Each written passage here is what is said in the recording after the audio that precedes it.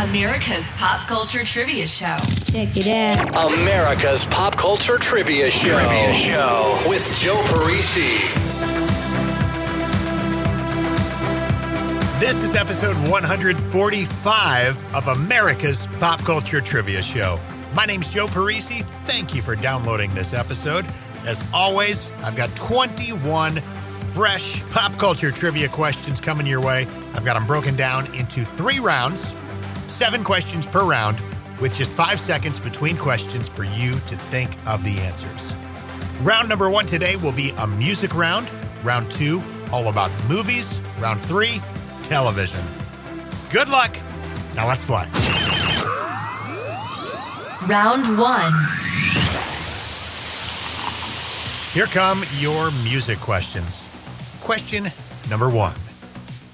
In 2004, this hip-hop artist's single, Tipsy, peaked at number 2 on the Billboard Hot 100 chart.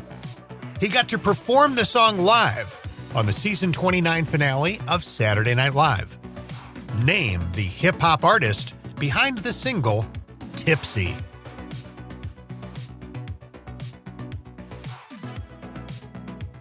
Question 2. I want the things that I had before, like a Star Wars poster on my bedroom door. I wish I could count to 10. Make everything be wonderful again. What group gave us the 2000 single, Wonderful?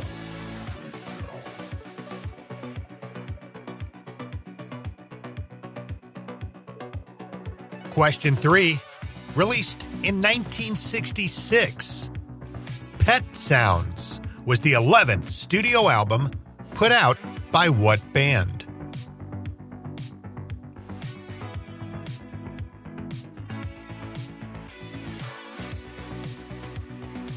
Question 4. A rock band formed in Amherst, Massachusetts in 1984.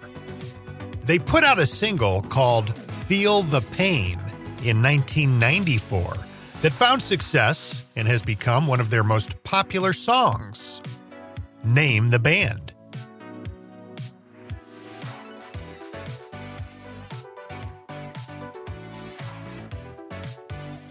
Question 5. A 3-person group formed by former members of New Edition.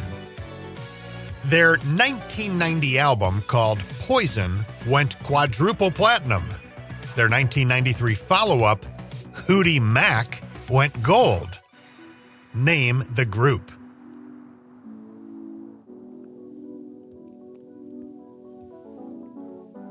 Question 6. Known primarily as an actress who gained popularity in the late 90s and early 2000s. She released her first studio album at 13 years old. 2 of her random film credits would be the 1992 movie Munchie and the 1999 movie The Suburbans. In 2002, she had a single and an album called Bare Naked. Name this actress and singer.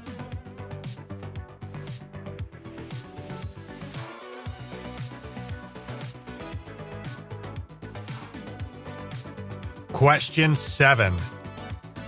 The most successful single of 1990 is a song called Hold On. It was the first number 1 single for this group. What group gave us 1990's Hold On?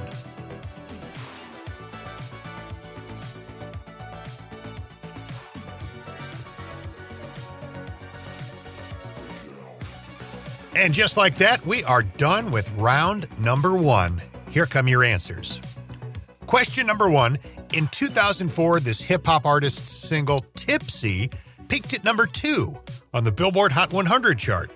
He got to perform that song live on the season 29 finale of Saturday Night Live. Name the hip-hop artist behind the single, Tipsy. That is Jaquan. So Jaquan really was able to cash in on that song. The song was used in 3 different movies just in the year 2004. It was in White Chicks, Breaking All the Rules, which is a movie with Jamie Foxx, and Soul Plane. Plus, it appeared in an episode of the TV show The Wire and this video game called LA Rush. So, I mean, anytime somebody wants to use your song for something like that, you get paid.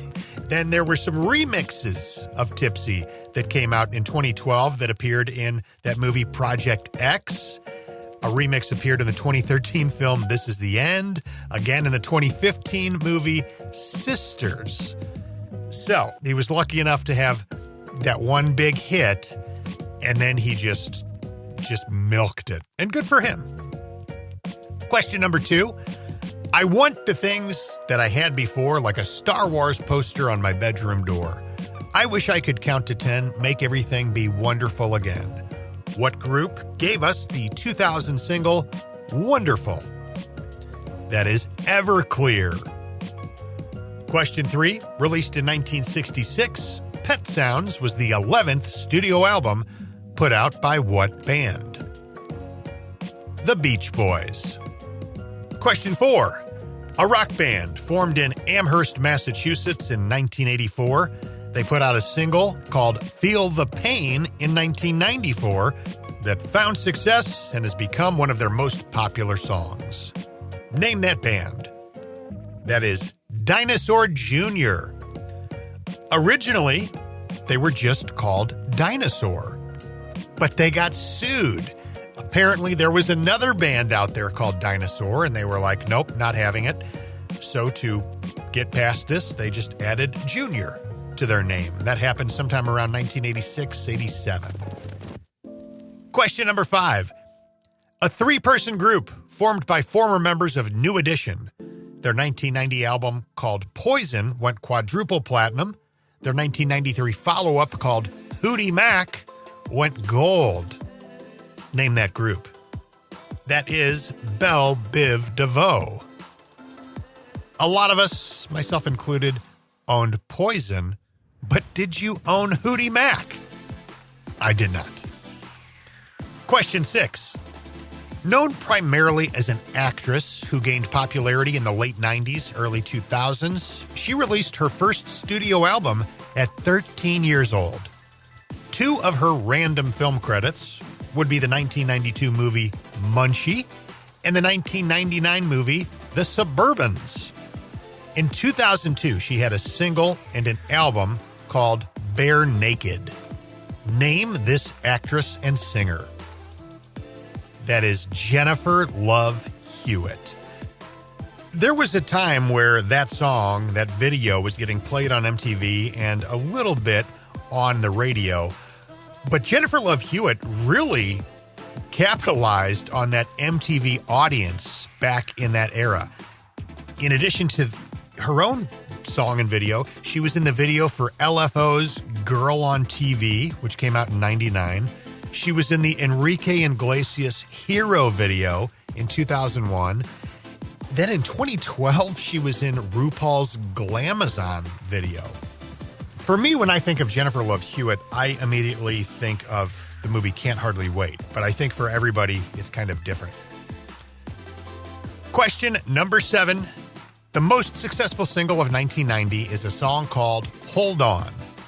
It was the first number 1 single for this group. What group gave us 1990's Hold On? Wilson Phillips. China Phillips wrote that song while battling substance abuse issues. And she was also going through what she said was a really bad relationship at that time. Round 2. Round 2 today is our movie round.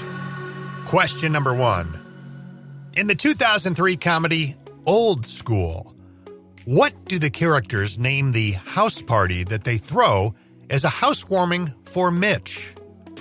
What was that party called?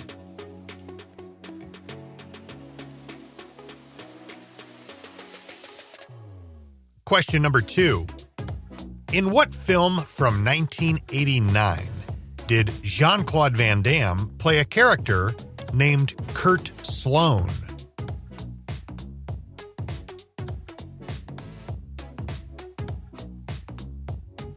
Question 3. In what 1999 romantic comedy did Drew Barrymore play Chicago Sun-Times junior copywriter Josie Geller, who is sent to pose as a student at her former high school for research purposes? What movie is that?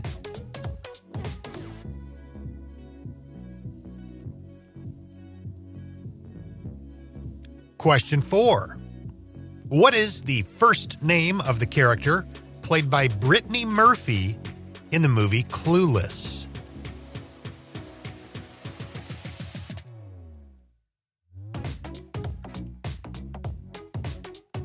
Question 5.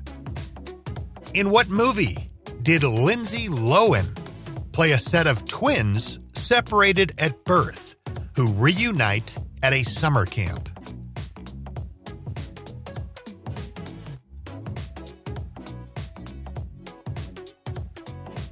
Question 6. In what 2004 film did Christina Applegate play a character named Veronica Corningstone?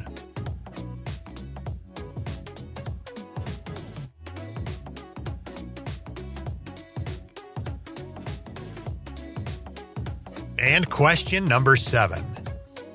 This actor played Jamie O'Hare in the 1993 football drama Rudy, and Trent Walker in 1996's Swingers. Name the actor.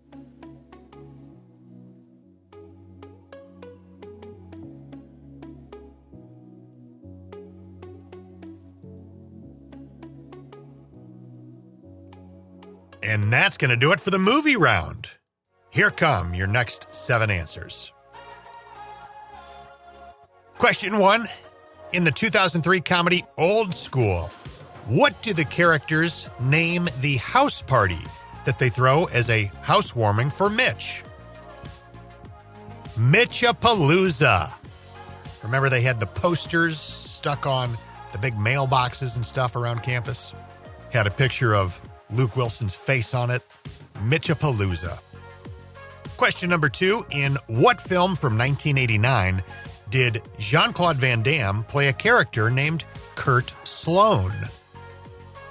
That would be Kickboxer. I honestly probably rented Kickboxer 20 times on VHS as a child. I loved that movie. I still love it to this date. Question 3. In what 1999 romantic comedy did Drew Barrymore play Chicago Sun-Times junior copywriter Josie Geller, who is sent to pose as a student at her former high school for research purposes? That is Never Been Kissed. Question 4. What is the first name of the character played by Brittany Murphy in the movie Clueless? Ty. Question 5. In what movie did Lindsay Lohan play a set of twins separated at birth who reunite at a summer camp? That is The Parent Trap. That was Lindsay Lohan's feature film debut. Question 6. In what 2004 film did Christina Applegate play a character named Veronica Corningstone? That would be Anchorman, The Legend of Ron Burgundy. And question number 7. This actor played Jamie O'Hare in the 1993 football drama Rudy, and Trent Walker in 1996's Swingers. Name that actor. That is Vince Vaughn. Round 3. Jumping into some television questions for your third and final round. Here we go. Question 1. Name the actor who starred as Thomas Magnum, private investigator, in the series Magnum P.I. from 1980 to 1988.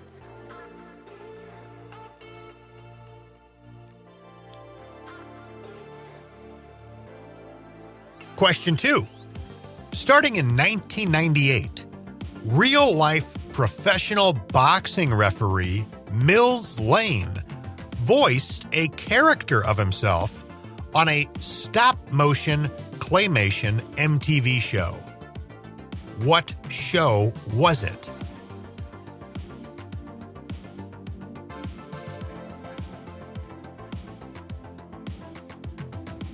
Question 3. During the same year, all of the following shows went on the air. Friends and ER debuted on NBC. Chicago Hope on CBS. The Howard Stern Show debuted on E! And Ellen on ABC. What year was it that all of these shows debuted?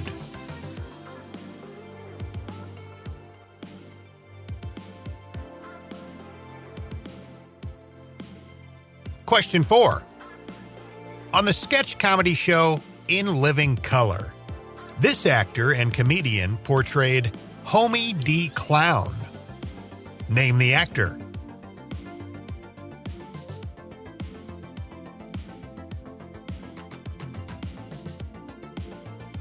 Question 5. In 1988, there was a TV series called Dirty Dancing. It was based off of the film, but featured none of the original cast. Actress Melora Hardin, famous for her role as Jan on The Office, was cast to play the main character, Baby. On this Dirty Dancing TV series, what was Baby's last name? Here's a hint. It's different than what it was in the movie.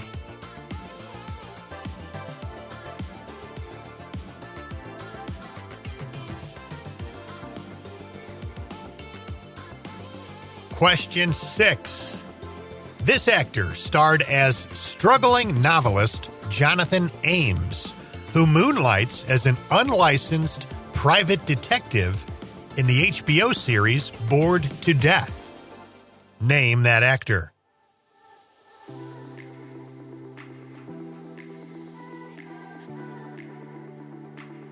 And question 7. You're going to recognize some of these names. Pedro Zamora, Puck, Rachel Campos, and Judd Winnick were all cast members on the same season of MTV's The Real World back in 1994. In what city was that season of The Real World based?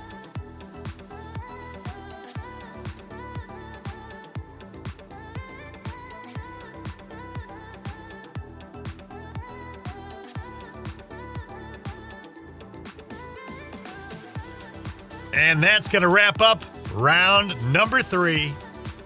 Here come your answers. Question 1, easing into it with this one. Name the actor who starred as Thomas Magnum, private investigator in the series Magnum P.I. from 1980 to 1988. That is Tom Selleck. Question 2, starting in 1998, real-life professional boxing referee Mills Lane voiced a character of himself on a stop-motion claymation MTV show. What show was it? Celebrity Deathmatch. Mills voiced himself for the original run of that show, which was from 1998 to 2002. The show went off the air, but then it was brought back in 2006, 2007. Mills was still a character on the show, but they hired a voice actor to do the voice of Mills Lane. They got his blessing. What happened was, during that time that the show was off the air, Mills had suffered a stroke, and he was just unable to do it anymore. So they found a guy who could match his voice pretty well. Mills gave him the thumbs up, and so in that final season of it, it was not Mills doing the voice of Mills. Question number 3. All during the same year, the following shows went on the air. Friends and ER debuted on NBC. Chicago Hope debuted on CBS. The Howard Stern Show debuted on E! And Ellen on ABC. What year was it that all of these shows debuted? 1994. Question 4. On the sketch comedy show In Living Color, this actor and comedian portrayed Homie D. Clown. Name that actor. Your answer is Damon Wayans. American viewers first saw Homie D. Clown on episode 9 of In Living Color's first season that originally aired June 17th, 1990. Question 5. In 1988, there was a TV series called Dirty Dancing based off of the film, but featuring none of the original cast. Actress Melora Hardin, famous for her role as Jan on The Office, was hired to play the main role of Baby. On the Dirty Dancing TV series, what was Baby's last name? And the hint was that it's different than it was in the movie. The answer is Kellerman. So it's Baby Kellerman on the TV series. In the movie, it was Baby Houseman. When they got around to making the TV series, they just kind of changed up the characters a little bit, and they had Baby as the daughter of the resort owner, Max Kellerman. A lot of the same stuff then kind of takes place. She falls in love with this older dance instructor, and it's kind of a forbidden fruit situation, you know. But yeah, the show was on for one season. Question number 6. This actor starred as struggling novelist Jonathan Ames, who moonlights as a unlicensed private detective in the HBO series Bored to Death. Name that actor. That is Jason Schwartzman. Jason Schwartzman, if you don't know who that is, he's the quirky, brown-haired gentleman. When he was like a teenager, he was the star of that movie Rushmore with Bill Murray. Very talented guy. His mom is actually Adrian from Rocky in real life. That's his mother, Talia Shire. And question number 7. Pedro Zamora, Puck, Rachel Campos, and Judd Winnick were all cast members on the same season of MTV's The Real World back in 1994. In what city was that season of The Real World based? San Francisco. The very first season of that show was New York. Then season 2, they did LA. This particular season, 1994, San Francisco.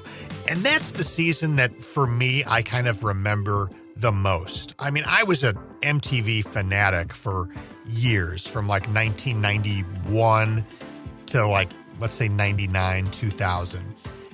But for whatever reason, when I think of The Real World, that's the season. I think of Puck and Pedro and Rachel and Judd. Nobody could get along in that San Francisco house. So much drama. This has been episode 145 of America's Pop Culture Trivia Show. I'm Joe Parisi. If you ever want to reach out, say hey, send me a message. My website, you can contact me through there. It's joeparisivoiceover.com. I'm on Facebook, Twitter, Instagram. And yes, I do have another podcast. If you're looking for more fun pop culture content, look up The Odd Podcast with Joe Parisi. Every episode is about one specific topic. It's usually a movie from the 80s or 90s. Maybe it's a song. Maybe it's a TV show from the 90s. The most recent episode was all about Napoleon Dynamite. Fun times. I got one of the guys from the film to join me and talk about it. So yeah, it's like these deep dive pop culture episodes. The Odd Podcast with Joe Parisi. Look it up. Guys, take care. Enjoy the rest of your day. Thank you so much for listening. See ya. America's Pop Culture Trivia Show with Joe Parisi.